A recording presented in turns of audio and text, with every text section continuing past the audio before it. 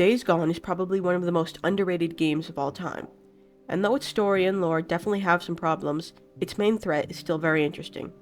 Quick note before I start, I have a Discord and it's linked at the top of the description. Please join, thanks. The zombies in Days Gone are known as Freakers, which in 2024 I really cannot take seriously. Anyways, there are 5 different types of human Freakers: Swarmers, Bleachers, Screamers, Breakers, and Reachers.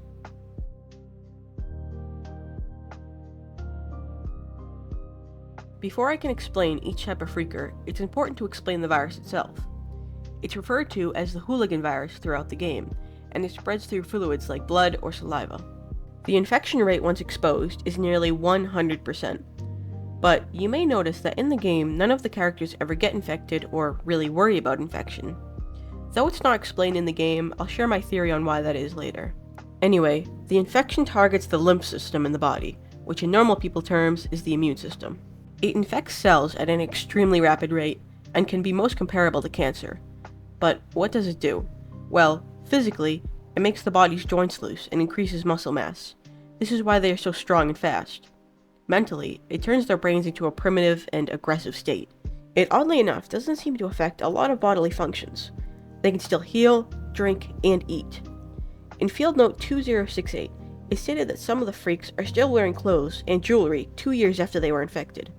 This could mean that they aren't all completely crazy, and somewhere deep down inside them, they can still remember their past and what was important to them.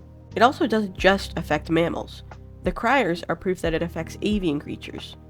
It's unknown if they can affect lizards or fish at the moment, but O'Brien stated that it's similar to rabies, and rabies has even affected bugs before.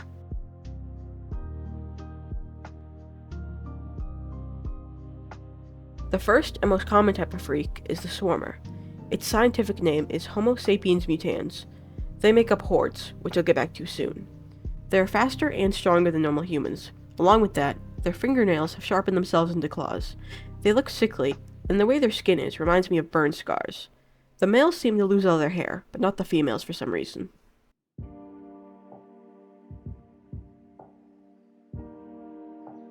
Bleachers are mostly just like Swarmers, but they have 40% more muscle mass than them.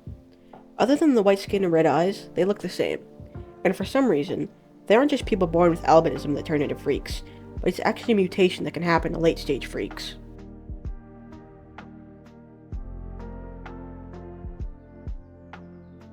Screamers are always women, with long white hair and a jaw that is extended over 100 millimeters past the normal point. Their voice box has also extended the entire length of their throat. They are no stronger than Swarmers, and have the ability to produce an ear-piercing scream that calls any Swarmers in the area. And unlike the other variants of freaks, they don't have their own scientific name.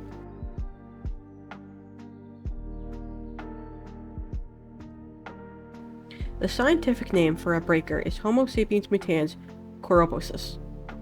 They are massive, and it's said that they are like this because they had high levels of steroids in them before they were infected.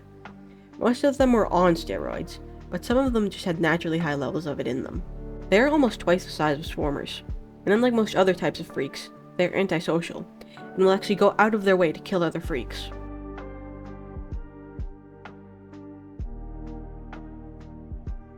Reachers have their own scientific name, but is never really specifically stated in the game. Their defining feature is their speed. They aren't fast enough to catch up with a bike, but they are almost twice as fast as Deacon. They are stronger and have sharper claws than Swarmers.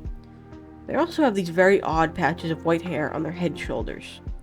They are very resilient. Even though they are just slightly bigger than a Swarmer, they can take 4 times more damage. I think that was the first ever time I did an entire section of a video in one take.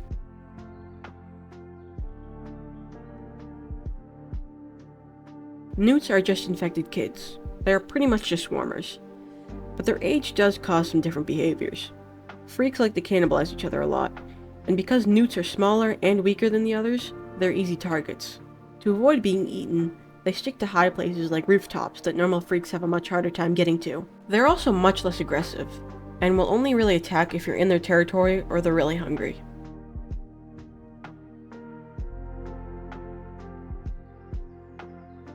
The scientific name for Hordes is Homo sapiens mutans turba. They are large groups of exclusively Swarmers that eat, drink, and sleep together. It's theorized, but not confirmed, that hordes are caused by certain freaks releasing pheromones that attract others. Slowly, the horde grows, and any swarmer that steps into one of their pheromone trails will slowly be led into the horde.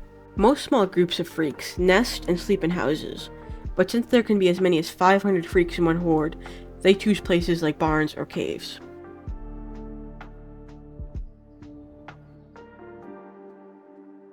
The scientific name for runners is Canis lupus mutans. They are infected wolves. A normal wolf's speed tops at around 35 miles per hour, but runners top out at about 65 miles per hour, which means that they can keep up with things like motorcycles.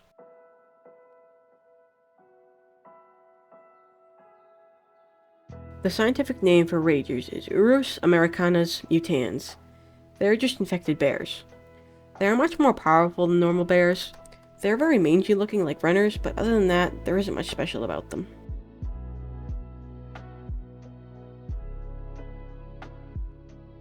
Criers are infected ravens. Their scientific name is Corvus corax principalis mutans. They nest in trees and are very aggressive. This is the only non-mammal creature that we know the Hooligan Virus can affect. They're the last animal that we know can be infected, I'm not even going to give its own section, are bats. They aren't actually in the game, but we can hear about them in the field notes.